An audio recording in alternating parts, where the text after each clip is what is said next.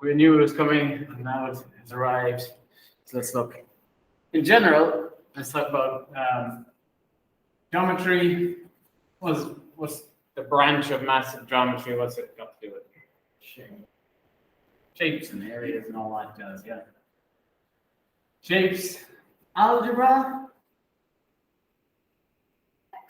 X. Yes, yeah, they're called relationships, yeah, in maths. You don't need to see this down.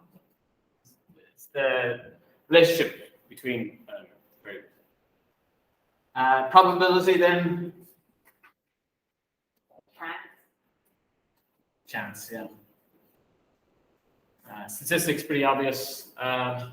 Calculus?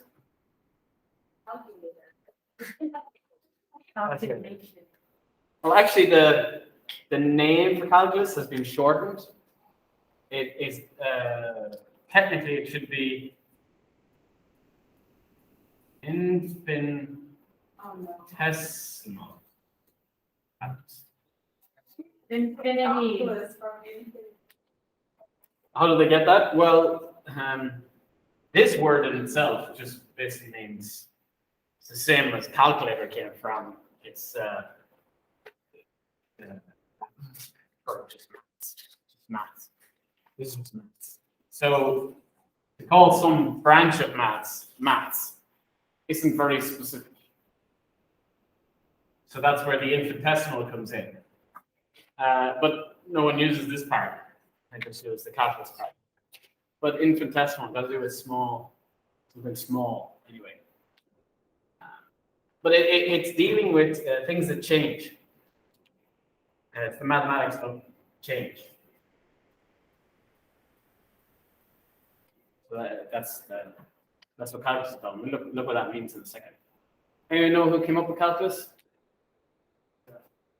Who? The devil. The devil. Yeah, he may have had a hand, but no, not Mr. Calculus. He didn't have two terrible guesses.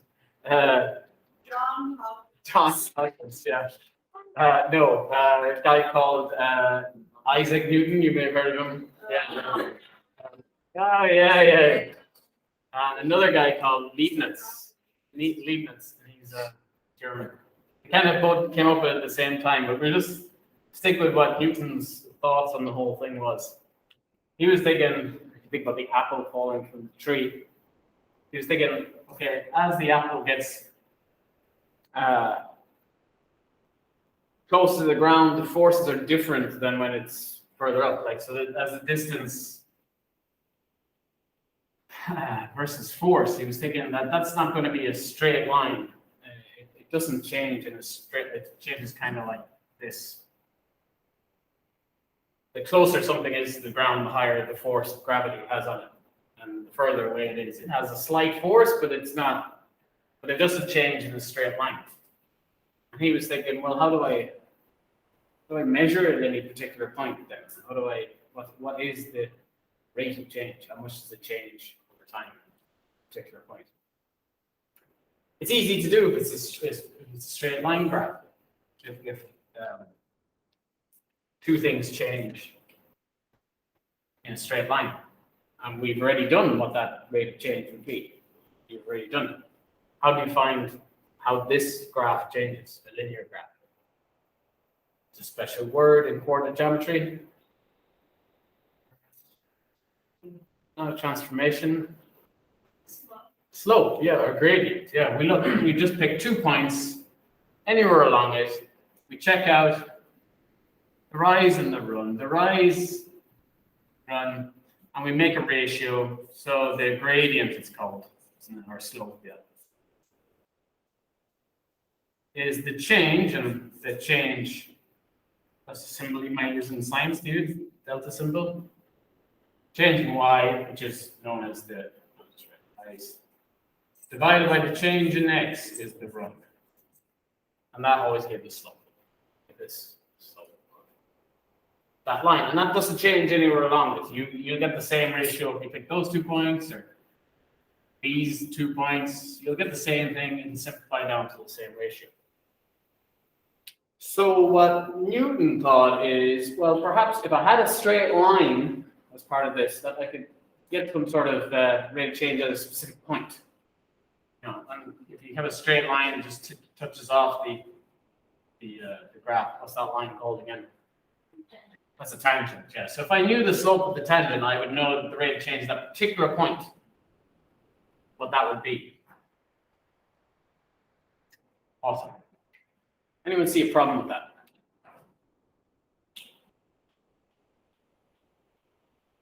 When we're doing the line, we have 2 points. When you're looking at a specific point, you have 1 point. How do you get, like, the whole thing is like you have 2 points, so this one's at 2 and this one's at 4, so the distance between them is 2. And this one's at 3 and 6, so this between them is 3. So we need to think about how we deal with that problem. Because at a point, there is no run, it's 0. And there is no rise, it's 0. So we need to think about how we deal with that. And that's where we start thinking about calculus a little bit. So instead of a tangent, he looked at a secant, which is, do you know what a secant line is?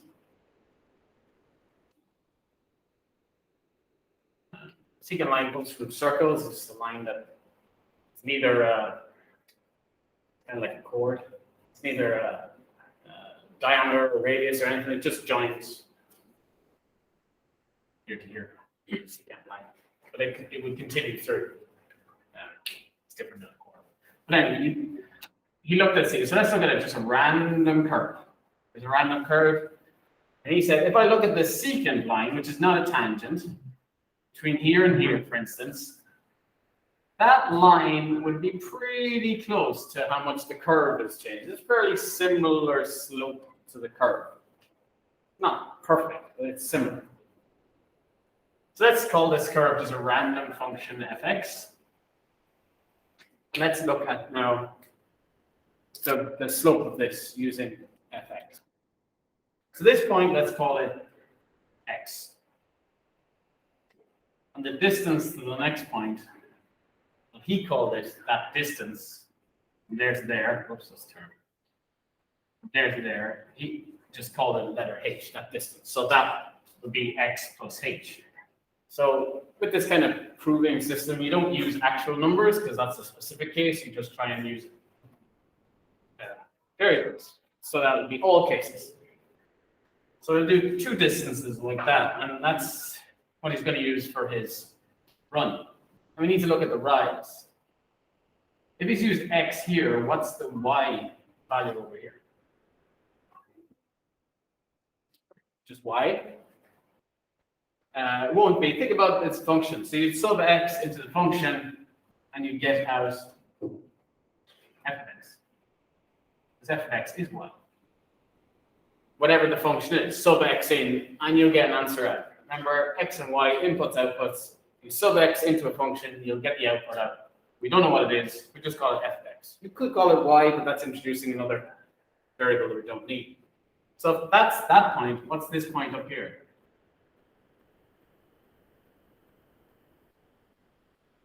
Well, it's not x into the function, it's x plus h into the function. So it's f with an x plus h, so it's h more subbed in. All right, let's look at the rise of the run of this thing I've created. So I'm looking at the slope of this line. So the rise of this one is going to be, well, how do I get this distance? Just subtract. Whatever answer this was and whatever answer this is, just subtract them from each other. So f x plus h, literally could be the number 7.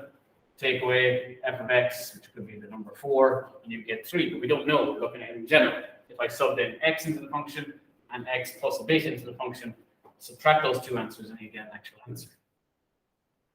What is the, so that's the rise. What's the run?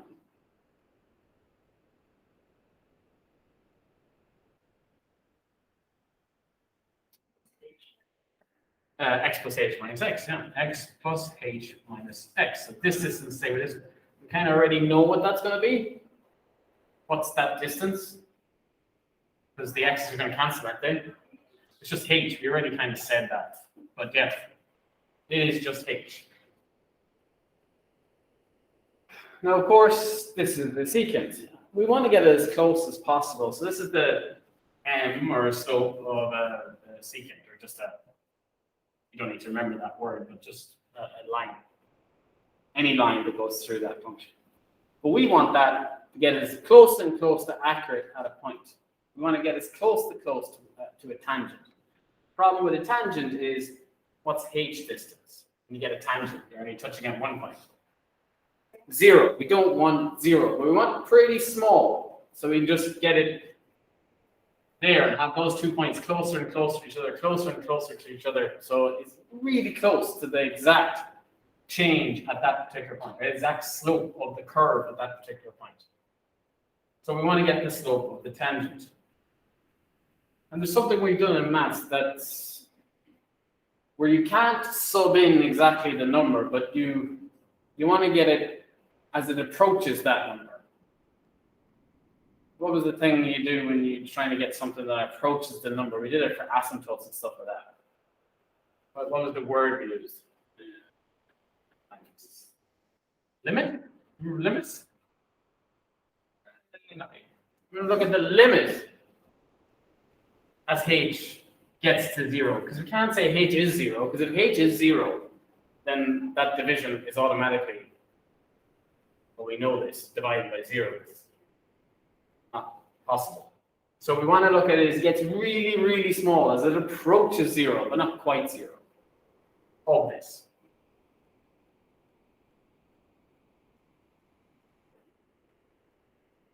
Look at the limit of that as it approaches 0. What have we looked at? We've looked at the change in y over the change in x in general. This is called, this is first principles. This is called the gradient function.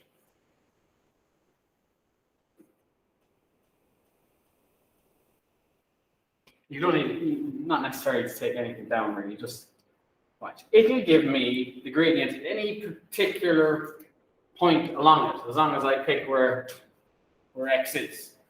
Once I pick where x is, h doesn't really matter because it's so small. We're going to look at that in a second, what that means. The gradient function looks at the change in y over the change in x, and in calculus, that symbol is delta. D for delta. dy dx. The change in y over the change in x. How y changes as x changes. It's just the slope. And that's a derivative when we do that.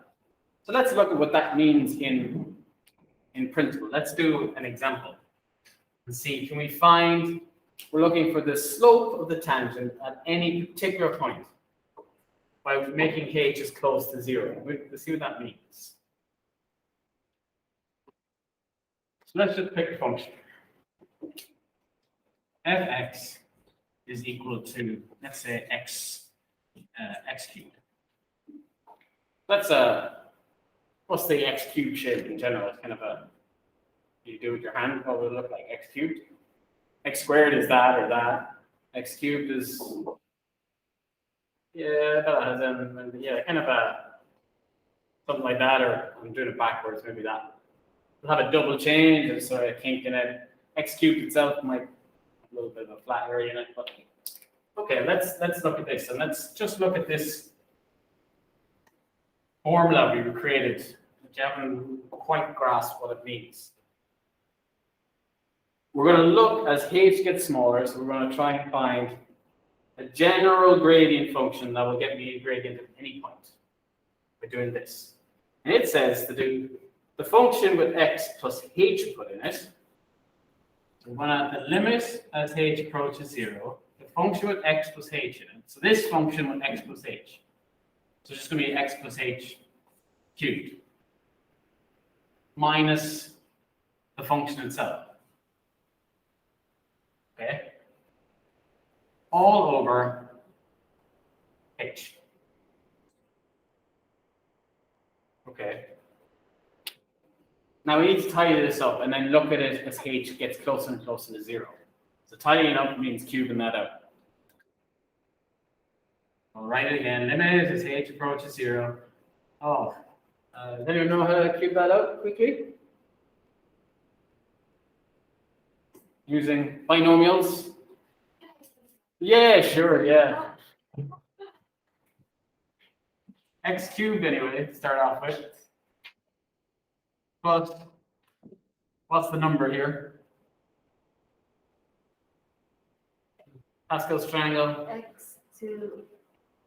X2H, okay. With no number in front, we'll get there. H are X1, H2, and H cubed, yeah. What's the numbers here and here? 7? No. Not 2. Pascal's triangle. 1. 1. 2, 1. 1. 3. 3, 3, 1. These two add, these two add.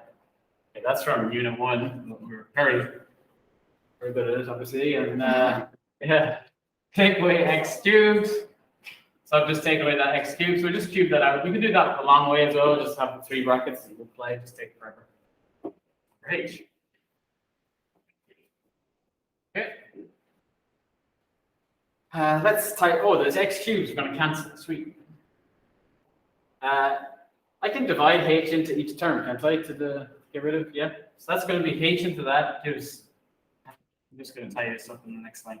H into that gives just 3x squared, yeah. Plus 3x h. So I'm dividing everything by h plus h squared. Now the h is gone below. Yes. Just H. Oh. Looks like 2. Oh yeah, my writing's probably terrible. Okay, so I get this thing. Now, remember, we're looking at a cubic function. We picked just 2 random points. They could be here or anywhere. We're going to say that this distance is h.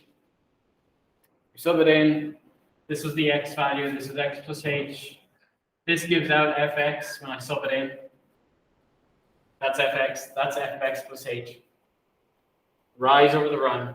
We want the run, h, well, h is in it a few times now, h to be as small, as close as possible to 0. The limit as it approaches 0. We want that distance to be tiny, so it becomes a tangent. So if it's tiny, this and this are kind of, if they're not, h is not 0, but it's really like 0.00000, they'll be nothing. They multiply. It'll just be, they'll make no difference to this bit. So they're gone. As they approach 0, they're gone. When h is almost 0. So what are we left with? 3x squared. What is that? That is the derivative. It is the gradient function at any particular point. Which means if I know a point that I want to get the gradient at, for instance, at x2, so 2, 8 would be a point on that function. When x is 2, y is going to be 8, isn't it? 2 cubed. What's the slope at that particular point of the function? Well, I just put it in here. 2 squared, 4 times 3, 12. Slope of 12. Very steep slope at that particular point. Does that make sense? That it would be very steep? Yeah, it would, because the changing point in this function is at 0, and then after 0, it just shoots off. That particular of x cubed just shoots off. It's really, really steep, really fast. Cubing something gets steep fast. But we expect that around 0, there wouldn't be much change. So if at x equal to 0, the slope would be 3 times 0 squared, which is just 0. There is no slope at that point. It doesn't make sense that the slope would also be positive at a minus x, so I'll let it at minus 2. I get a negative y value in this, negative 8, if I just sub it in, but the slope would be positive, because look at the graph.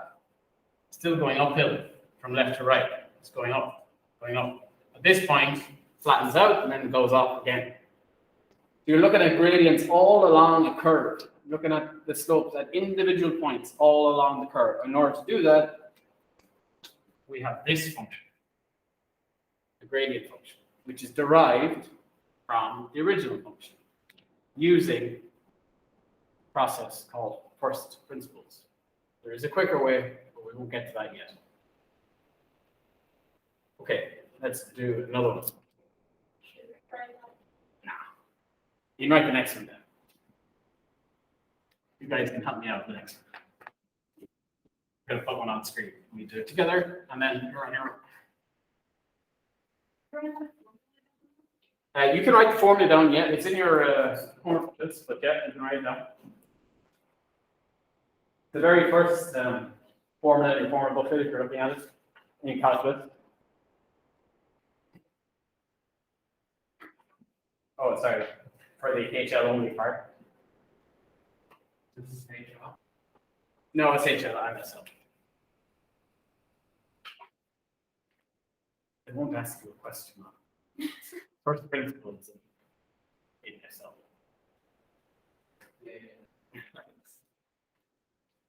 But we'll do a question. It's important if you that's not the same formula.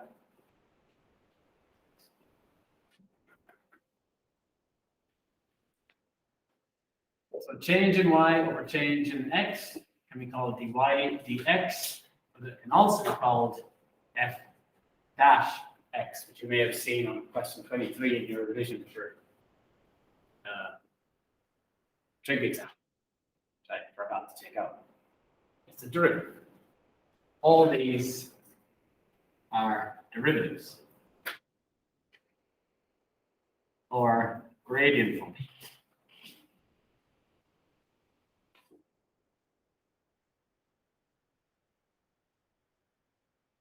And they can be got by using this formula.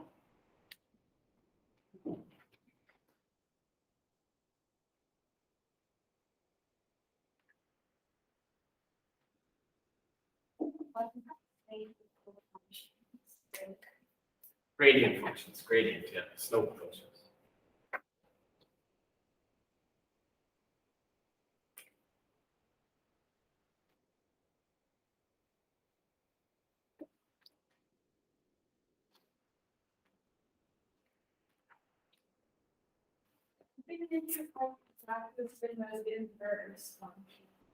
They didn't. Inverse is -1. Oh. This is a dash as well, not a 1. I know. Why is it this? But it's well, that's just how I write a dash. Here's how they do it in a proper textbook. Yeah, I know.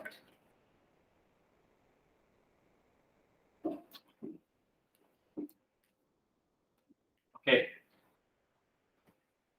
The question, it says, given f of x is equal to x4, find f dash x, sorry, the derivative. That's part A. Part B then says, find f dash at -1 and interpret your answer.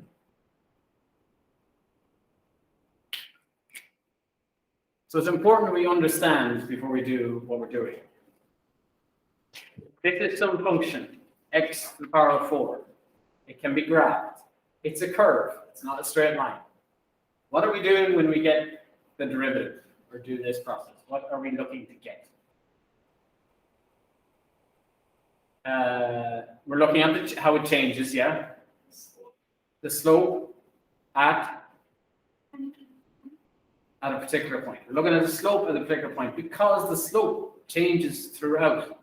Gets steeper, shallower, or shallower is not really a word, but the gradient changes throughout the curve. It gets, you can see that on that x cubed example earlier on, x cubed graph often looks like this.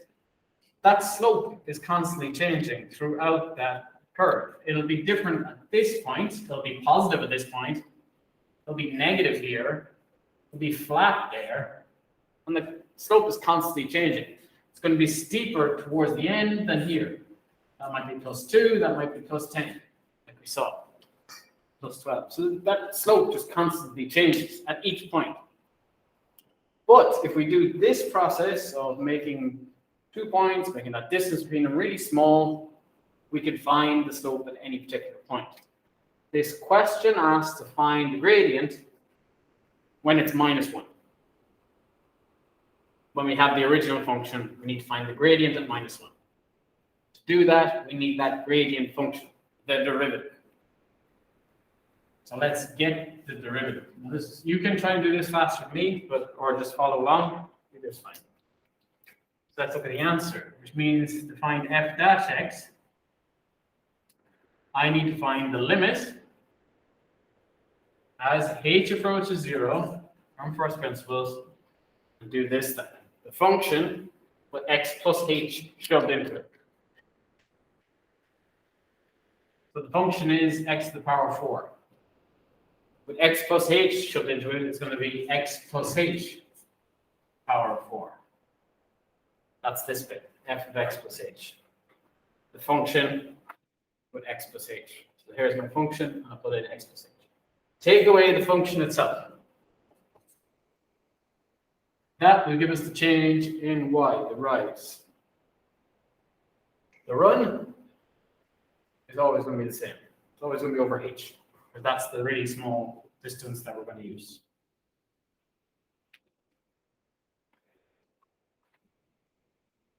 Binomial theorem. I want to expand this.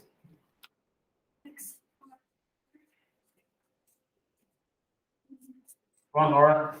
4x cubed h. Yeah. 6x squared h squared. Yeah. Plus 4x h to the power 3. Yeah. H. Yeah. Minus. X to the power. So that's the binomial using Pascal's triangle, 1, 4, 6, 4, 1. And there's no awkward numbers in there to change that in any way. You don't have to cube or square them or anything like that. And then look at the powers of x. X to the 4, x to the 3, x to the 2, x, and gone. And then the powers of h increase. Not there, it's 0, 1, 2, 3, 4. It's useful to remember that from unit 1. Oh, divided by 8.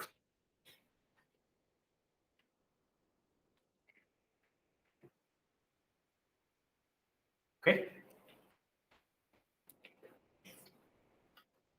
So, oh, look at that. Answers again. Lucky us. And divide h in again. You finished already, Laura? Yes. You don't have to say anything. So h into that goes 4x cubed. H into this goes 6x squared h. So I'm just dividing each term by h. Taking away one of the h's. And plus 4x h squared plus h cubed. And they've all been divided by h. And now we apply the limit.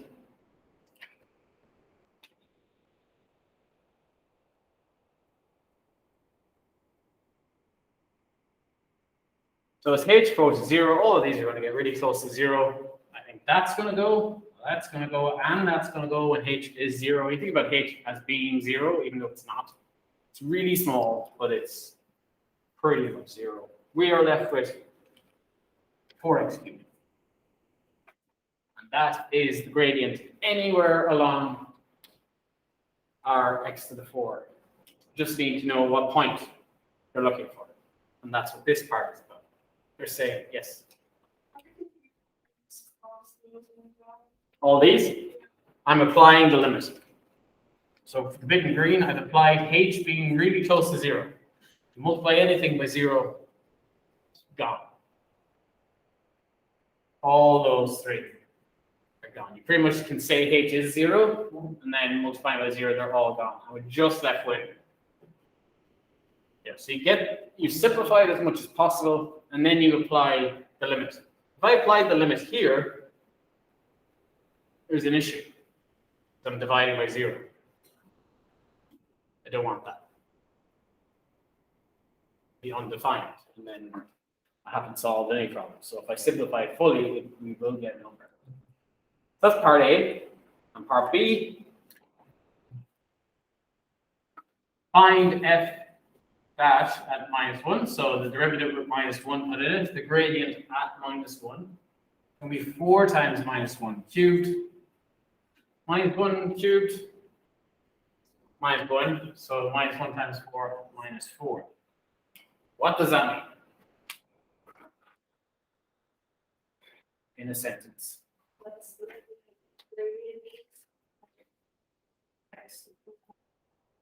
Yes, so when x is -1 in this particular graph, the gradient is -4. Let's just for lols put in 2. What is the gradient at 2?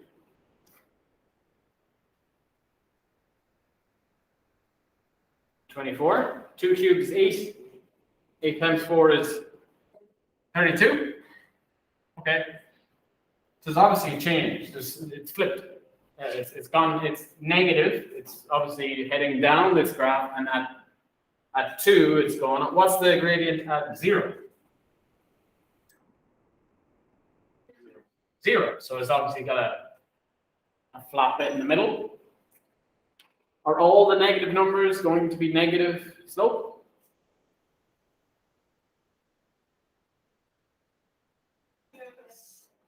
Yeah, all going to be negative slope. What's this graph going to look like then, just based off the slopes? So at 0, it's flat. Before 0, it always has negative slopes. After 0, is it always going to be positive slopes?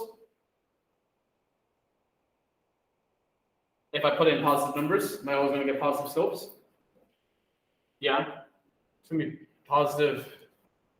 Any number there is going to be positive. And in fact, the slope is going to increase and increase and increase. It's going to get steeper and steeper and steeper. It's going to shoot up. So it's going to shoot down, flatten, shoot up. So it's kind of going to look like a quadratic with a flat base, based off the slopes, based off this gradient function. You can check it out. You can put it in your calculator. You have it? Y equals, you want to just plot x, plot the original, x to the 4. X to the 4. Graph it. I get this in mind.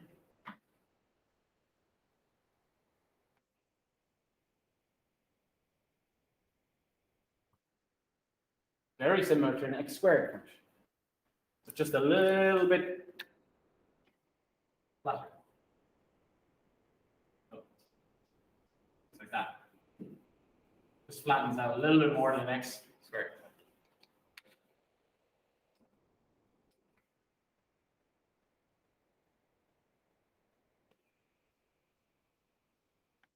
Okay. And hopefully that makes sense that at our point, -1, we had a negative slope. So at -1 about here, it was downhill, isn't it? The slope is downhill there. So all going, remember you always read slope or gradient from left to right. So that's going downhill, so it's negative. Once it hits 0, it's at 0, and then it shoots off. And when we get to just even as far as 2, the slope is 32. That's extremely steep. Probably 1 it goes over, it goes up 32. Okay. You guys are going to do one now. Set you one. We're going to look at a cubic function, but this time it's going to change a little bit more. It's going to be a little bit more difficult. My function I'm going to look at is x cubed. This one. And after you get from first principles, so I'll use this thing, I want you to find f at 2. What is the slope at 2? And I'll start this one on the board as well, so you can try and get going on it. This is going to be difficult. This is about as hard as it gets. So if you do this one, you're sorted.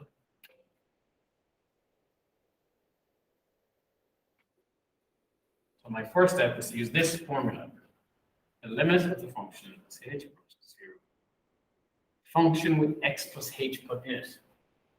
Every time there's an x, I've got to put in x plus h. So instead of x, it's going to be x plus h cubed. I got to do it for the second x as well. X plus h squared plus 3. That is that first part. That is f with x plus h in it.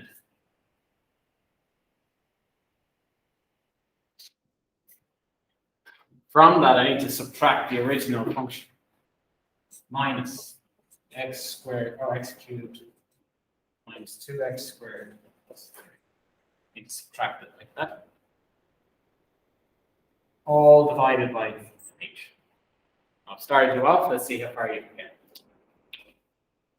Now it's just algebra. Multiply out, simplify down. And then once you've been simple as you possibly can get it, apply the limit. H 0. Can you show us? 1331 is